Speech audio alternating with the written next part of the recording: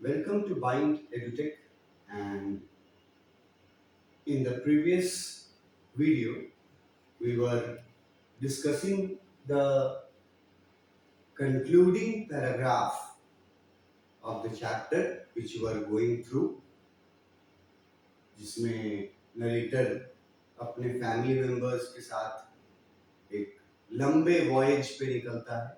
3 years का उनका planning था उस वॉयज का। जहाज वगैरह का नाम ये सब पहले ही बताया जा चुका है। बीच में वो लोग को बहुत डिफिकल्टीज का, वर्स्ट सिचुएशन का, और एक वर्ड यूज करेंगे लाइफ थ्रेटनिंग सिचुएशन में वो लोग पड़े। मतलब ऐसे सिचुएशन में जिसमें जान भी जा सकती थी। लेकिन जैसा इस चैप्टर के थीम को बताते वक्त मैंने इस चैप्टर को जब स्टार्ट किया था तो इंट्रोडक्शन दिया था, फिर कैरेक्टर्स के बारे में बताया था, फिर चैप्टर का थीम बताया था ना। वो थीम जो है वो इस लास्ट पैराग्राफ से ही निकल करके आता है और ये बहुत इंपॉर्टेंट है। वीवीआईपी में इस लास्ट पैराग्राफ को हम रखते हैं। इसमें जो बातें लिखी गई हैं वो किसी भी रूप में पूछी जा सकती है।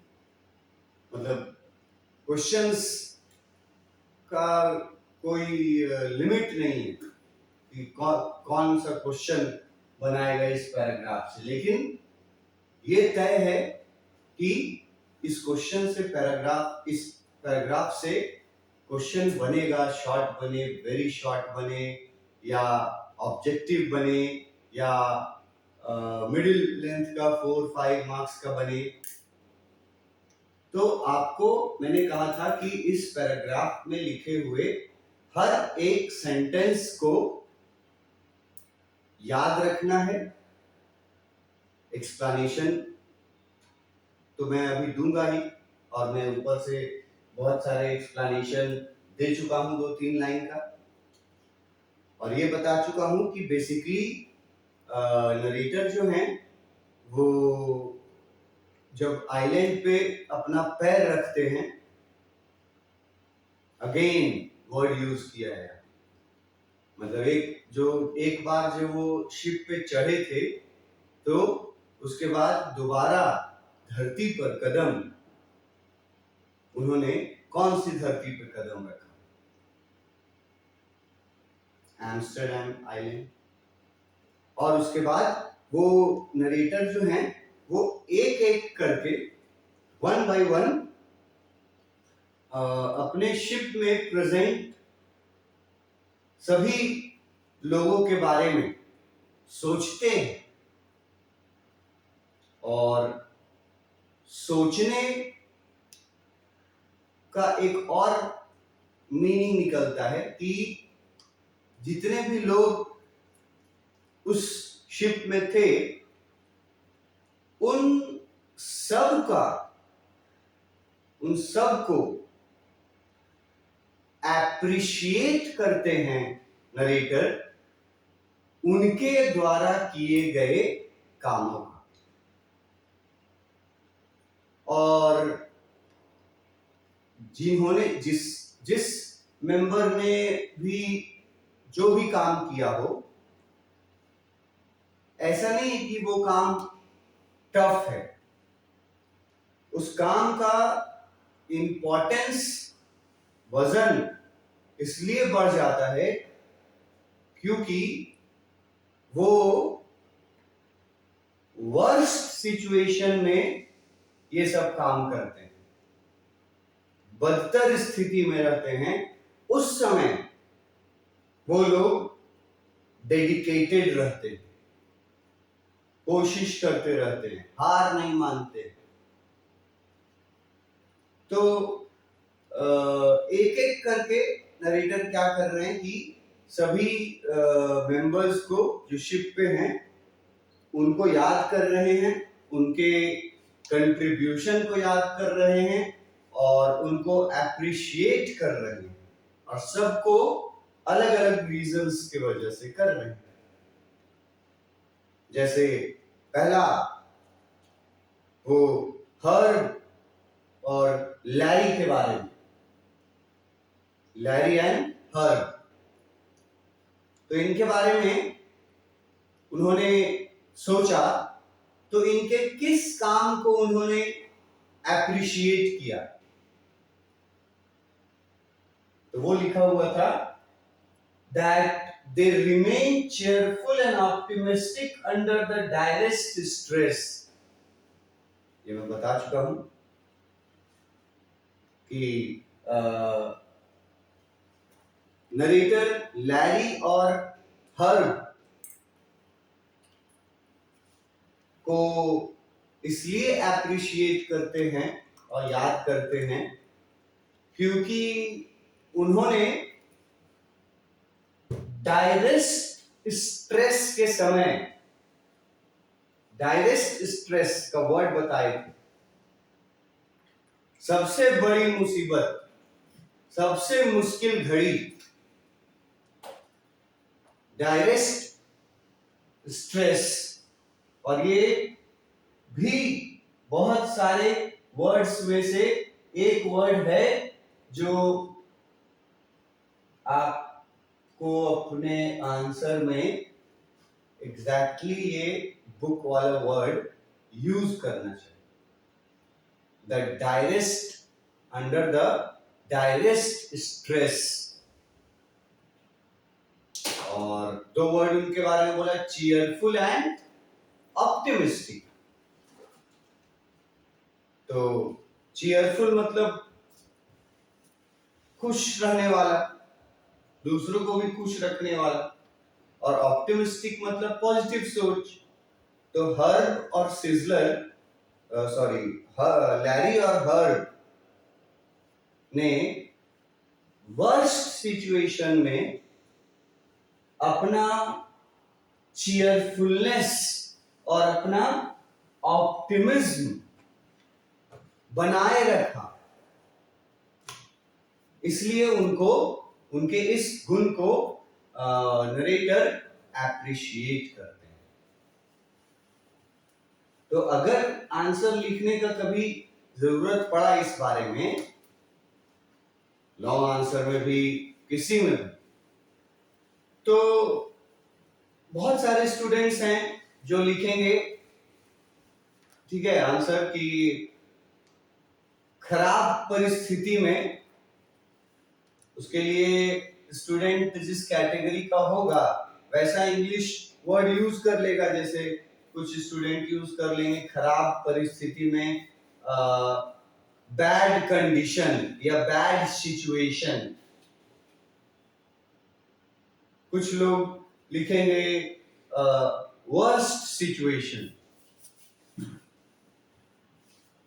में। उन्होंने वर्स्ट सिचुएशन में वो दोनों चीयरफुल और ऑप्टिमिस्टिक थे, इसलिए इस बात को एप्रिशिएट और याद कर रहा था नरेटर एम्स्टरडैम आइलैंड पर के धरती पर कदम रखने के बाद। तो वर्स्ट सिचुएशन लिखेगा कोई, लाइफ थ्रेटनिंग कंडीशन लिखेगा कोई, स्टॉर्म वर्ड भी कोई यूज कर सकता है कि आंधी तूफान के समय भी लैरी और हर्ब चीयरफुल और ऑप्टिमिस्टिक थे।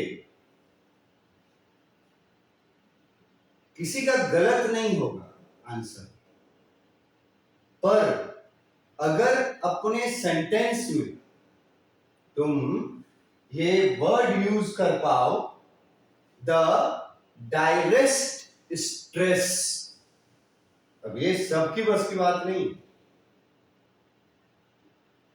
तो जो मैं बोलता हूं कि जो लोग 80s 90s में मार्क्स पाना चाहते हैं, उनको यही सब वर्ड्स और इनके जैसे बहुत सारे वर्ड्स जो मैंने बताए हैं पहले, वो यूज अगर करेंगे ना अपने सेंटेंस में, तब वो अपने एक्सपेक्टेड टारगेट तक आसानी से पहुंचेंगे। क्योंकि अगर 1000 स्टूडेंट फॉर एग्जाम्पल आंसर लिखेगा ना इस बात का, तो 1000 स्टूडेंट में से ना 2 या 3% स्टूडेंट ही हैं जो इस वर्ड का इस्तेमाल करेंगे, डायरेक्ट स्ट्रेस का। 2-3%, बाकी सब अलग अलग वर्ड यूज करेंगे। बैड सिचुएशन, आंधी तूफान, समुद्री आंधी तूफान, सी स्टॉर्म, ये सब वर्ड यूज करेंगे। तो ये वर्ड फर्क डाल देगा आपके आंसर की कैटेगरी में। लैरी और हर के बाद वो किसके बारे में सोचा? अपनी पत्नी मैरी के बारे में सोचा। ठीक है, तो अब मैरी के किस काम को उसने एप्रिशिएट किया था? किस काम को? तो यहाँ एक व्हील वर्ड है, यहाँ एक क्रूशियल आर्स है। 2 वर्ड हैं, व्हील एंड क्रूशियल आर्स। ये बहुत लोग इसको प्रोनाउंस करते हुए हैं आवर्स, मतलब 1 घंटा, 1 आवर, 2 घंटे, 2 आवर्स, आवर्स। लेकिन उससे अच्छा प्रोनाउंसिएशन इसका है आर्स। तो क्रूशियल आर्स, ये वाला वर्ड जो यूज करेगा जो स्टूडेंट आंसर में, क्रूशियल आवर्स का भी मतलब मैंने बताया था कि मुश्किल की घड़ी, विपत्ति की घड़ी। तो इसको सब अपने अपने नॉलेज के अनुसार, इंग्लिश के नॉलेज के अनुसार जो जिसका वोकैबुलरी है जितना, वो वर्ड वो लिखेगा। मगर अगर आपको और अच्छे में जाना है तो आप डायरेक्ट, ये डायरेक्ट स्ट्रेस, उसके नीचे क्रूशियल आवर्स, ये वर्ड याद रखना होगा। तो मैरी का ये कंट्रीब्यूशन था कि उसने जब स्टॉर्म में फंस गया था उनका जहाज, और जो बहुत बहुत वर्स्ट कंडीशन था, क्रूशियल आवर्स थे, उस समय मैरी ने क्या हेल्प किया था? Stayed at the wheel, steering संभाला था जहाज का। तो ये उस क्रूशियल आवर्स में, उन क्रूशियल आवर्स में जब 40 नॉट्स के स्पीड से हवाएं तूफान चल रही थी, 40-50 मीटर ऊंची ऊंची समुद्र की लहरें टकरा रही थी इनके जहाज से, वैसे क्रूशियल टाइम में मैरी ने हिम्मत दिखाते हुए और जहाज का स्टीयरिंग, जिसको व्हील बोला है, लिखा गया है, जहाज का स्टीयरिंग संभाला। इसीलिए उसके प्रति थैंकफुल और ग्रेटफुल होता है और उसको एप्रिशिएट करता है नरेटर। उसके बाद मोस्ट ऑफ ऑल, सबसे ज्यादा एप्रिसिएशन, मोस्ट ऑफ ऑल, सबसे ज्यादा एप्रिसिएशन नरेटर के मन में, थॉट्स में किसके लिए था? उसकी 7 साल की बेटी के लिए सबसे ज्यादा एप्रिसिएशन, सबसे ज्यादा आसान शब्दों में कह लो कि सबसे ज्यादा उनके दिल में जगह बनाया था इस खराब सिचुएशन में उनकी 7 साल की बेटी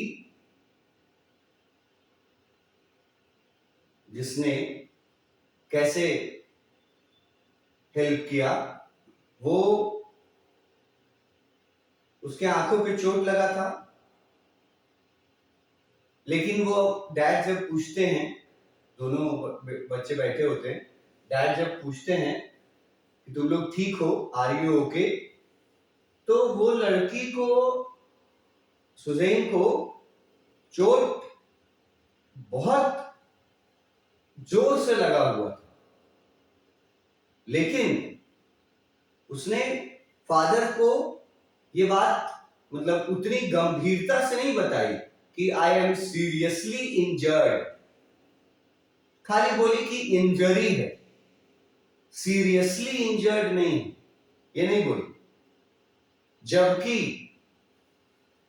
इन actual she was seriously injured. और क्यों बोला जा रहा है कि वो सीरियसली इंजर्ड थी, उसके बारे में ब्रैकेट में देखो ये वर्ड था,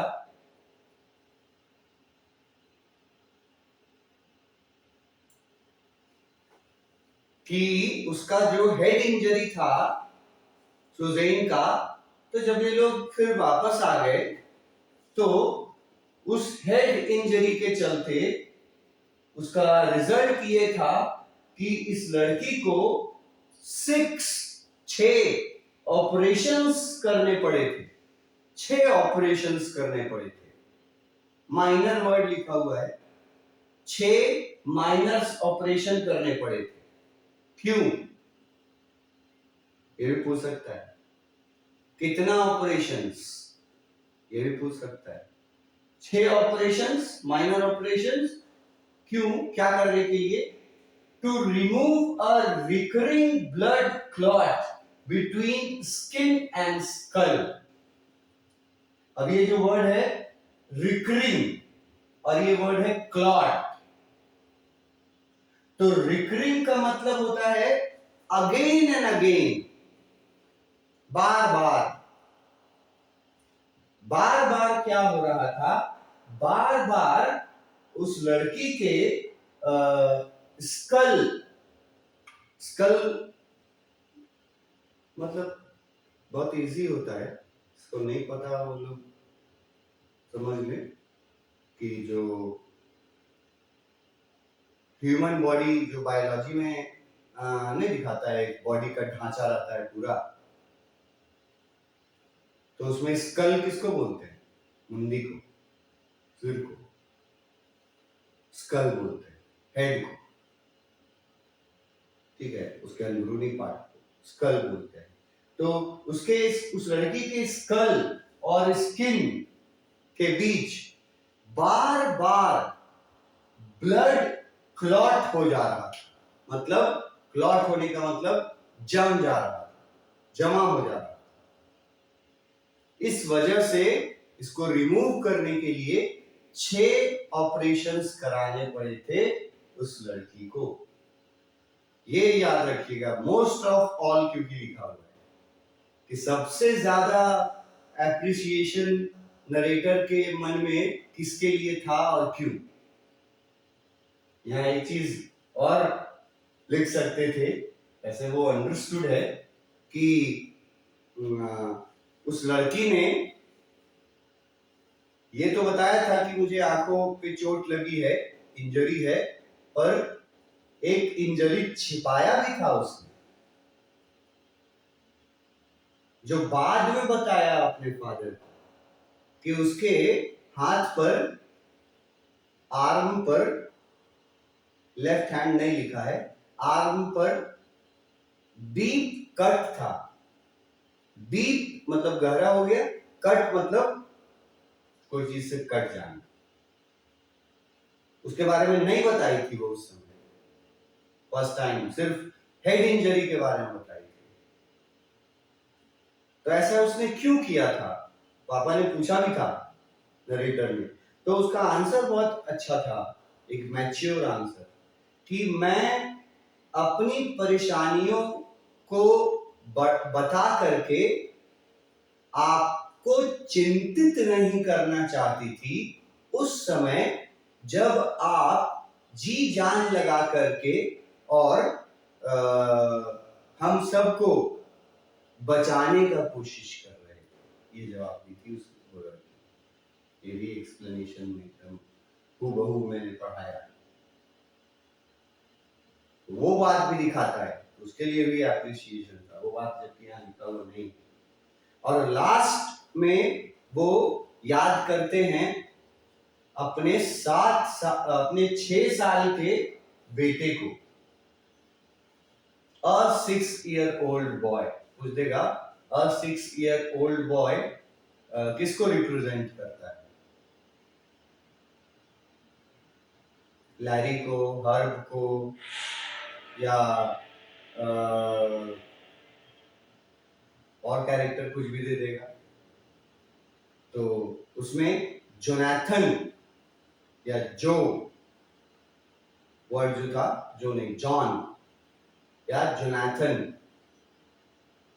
जो इनका बेटा था, उन्हीं को ये 6 साल का बता रहे हैं। और वो उनको अपने बेटे पर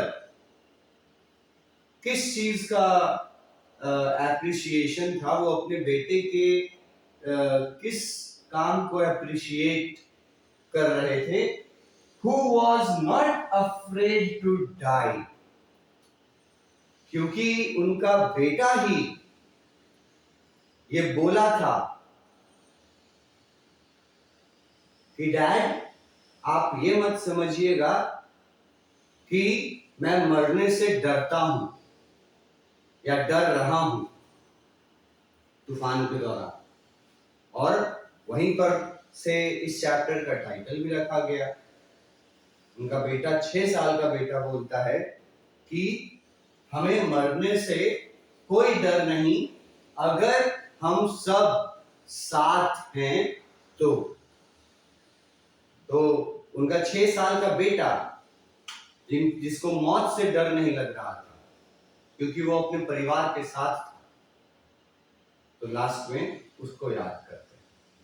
तो ऑल इन ऑल यहाँ पे चैप्टर फिनिश हो जाता है। ऑल इन ऑल जो लास्ट का जो ये पैराग्राफ था, वो उसमें क्या किया गया है, हर एक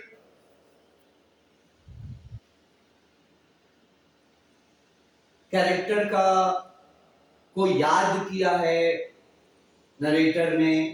याद करने का मतलब है कि कैसे उन्होंने साथ दिया था, क्या उनका कंट्रीब्यूशन था, ये सब याद करते हुए इस चैप्टर को एंड किया गया है।